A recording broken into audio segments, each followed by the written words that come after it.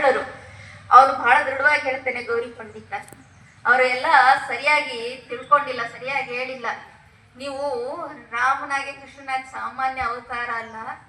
ಯಾವ ಮೂಲ ಶಕ್ತಿಯಿಂದ ರಾಮನು ಬರ್ತಾನೋ ಕೃಷ್ಣನು ಬರ್ತಾನೋ ಆ ಮೂಲ ಪರಬ್ರಹ್ಮ, ಆ ಪರಮಾತ್ಮನೇ ನೀವು. ನಿಮ್ಮಿಂದಲೇ ಪೂರ್ಣ ಅವತಾರ ನೀವು.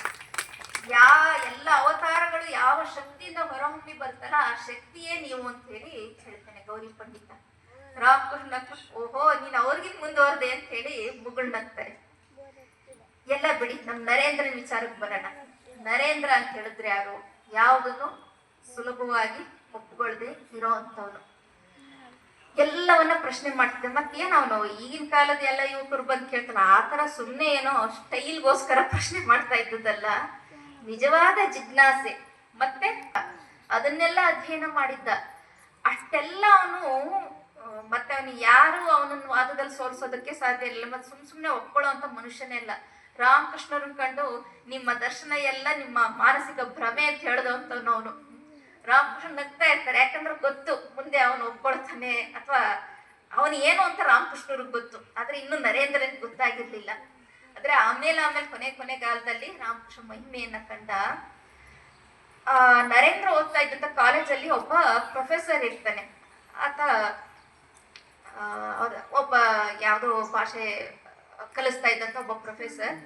ನರೇಂದ್ರನ್ ಮೇಲೆ ಆತನಿಗೆ ಬಹಳ ಒಲವು ಇರುತ್ತೆ. ಯಾಕಂದ್ರೆ ಅವನ ಸಾಮರ್ಥ್ಯ ಸಾಮಾನ್ಯನಲ್ಲ, ಅದ್ಭುತ ಪುರುಷ ಅಂತ ಹೇಳಿ ನೀನು ಕಾಲೇಜ್ ಯುವಕ ಇದ್ದಾಗ್ಲೇನೆ ಅದನ್ನ ಕಂಡ್ಕೊಂಡಿರ್ತಾನೆ.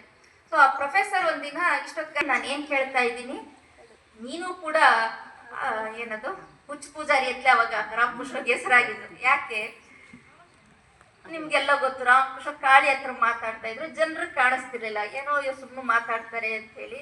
ಸೊ ಜನರಿಗೆಲ್ಲ ಏನೋ ತಮ್ಮ ತರ ಎಲ್ಲ ಬಿತ್ಕೊಂಡಿದ್ರೆ ಸರಿ ಇದ್ದಾರೆ ಅಂತ. ಏನೋ ಒಬ್ಬ ವ್ಯಕ್ತಿ ಮೇಲಿದ್ದಾನೆ ಅಂದ್ರೆ ಒಪ್ಕೊಳ್ಳೋದಿಲ್ಲ.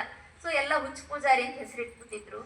ಸೊ ಆ ಪ್ರೊಫೆಸರ್ ಕೂಡ ಹೇಳ್ತೇನೆ, ನಾನು ಏನೋ ಕೇಳಿದೆ, ಸತ್ಯನ ನರೇನ್ ಏನ್ ಸರ್ ಪ್ರೊಫೆಸರ್ ಕೇಳ್ತಾನೆ ಅವ್ರನ್ನ. ಅವ್ರು ಹೇಳ್ತಾನೆ, ನೀನು ಕೂಡ ಆ ದಕ್ಷಿಣೇಶ್ವರದ ಆ ಹುಚ್ಚ ಪೂಜಾರಿಯನ್ನ ಅವತಾರ ಅಂತ ಕರೀತಾ ಇದೆಯಂತೆ. ರಾಮ ಕೃಷ್ಣನ್ ತರ ಅವತಾರ ಅಂತ ಹೇಳ್ತಾ ಇದೆಯೇ ಅಂತ ಕೇಳಿದೆ. ಇದೆಲ್ಲ ನೀನು ಕೂಡ ಈ ಕಾಕನ್ ಕುಲ್ಸ್ತಾ ಈ ಕಾಗಕ್ಕ ಗುಬ್ಬಕ್ಕನ ಕತೆ ತರ ನೀನು ನಂಬ್ತೀಯ, ಅದನ್ನ ಹೇಳ್ತೀಯ ಅಂತ ನಾವು ಕೇಳ್ತಾರೆ ಅವ್ರ ಪ್ರೊಫೆಸರ್. ಆಗ ನರೇಂದ್ರ ಒಂದು ಮಾತಾಡ್ತಾನೆ, ಸರ್ ನಾನು ಕೂಡ ಮೊದಲು ನಿಮ್ ತರ ಒಪ್ತಾ ಇರ್ಲಿಲ್ಲ, ನನಗೂ ಇದೆಲ್ಲ ಕಾಗಕ್ಕ ಗುಬ್ಬಕ್ಕನ ಕತೆ ಅನ್ನಿಸ್ತಾ ಇತ್ತು. ಆದ್ರೆ ನನ್ನ ಮೇಲೆ ಕೃಪೆ ಮಾಡಿ ಅವರು ನನಗೆ ದಕ್ಷಿಣೇಶ್ವರದ ಪರಮಹಂಸರು ಸ್ಪಷ್ಟವಾಗಿ ತಿಳಿಸ್ಕೊಟ್ಟಿದ್ದಾರೆ. ಅವರು ಸಾಮಾನ್ಯರಲ್ಲ. ಅವರು ನನಗೆ ರಾಮನಾಗಿನೂ ಕಂಡ್ರು, ಕೃಷ್ಣನಾಗಿಯೂ ಕಂಡ್ರು, ರಾಮಕೃಷ್ಣರಾಗಿ ಇದೇ ಶರೀರದಲ್ಲಿ ಅವರು ಅವತಾರಿಸಿ ಬಂದಿರೋದನ್ನ ನನಗೆ ಇದು ನಾನು ಸ್ಪಷ್ಟವಾಗಿ ಹೇಳ್ತೇನೆ.